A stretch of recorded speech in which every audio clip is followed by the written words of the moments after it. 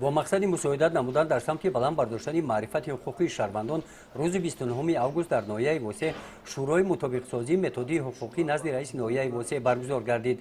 مجلس نوبتی شورا در تالار مقامات اجرایی حکومت دولتی ناحیه واسه با اشتراک رهبران تشکیلات مؤسسه‌ها، نمایندگان مقامات حفظ حقوق، بخش و شعبه‌های مقامات اجرایی حکومت دولتی ناحیه نotarius دولتی دایر گردید.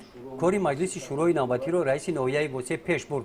در شورا از روی مسائل موقعی واسطه‌های اخباری آمد در مساعدت به بلند برداشتن معرفت حقوقی شهروندان محرر روزنامه ناحیوی سبحان رجبوف برآمد کردند.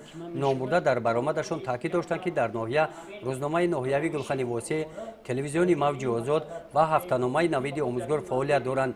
این نشریه‌ها و تلویزیون محلی در سمت بلند برداشتن معرفت حقوقی شهروندان منتظم برنامه‌های حقوقی تیار نموده به سهم ساکنان ناحیه می‌رسانند. از روی مسئله دیوم روزنامه شورا جانشین رئیس ناحیه واسع قربانعلی دولتوف در سمت پیشگیری عملهای کرپسیونی و تشکیل موسسه‌های گرد برآمد کردند. در کار شورا رئیس ناحیه واسع با بخش کار با جوانان و ورزش برای کارهای ترغیباتی در سمت بلند برداشتن تربیت و تندرستی نوجوانان و جوانان با قناعتمندی اظهار باوری اظهار نمودند. در جنبست اعضایان شورا از روی مسئله‌های شنیده شده قرارهای دخلدار قبول کردند.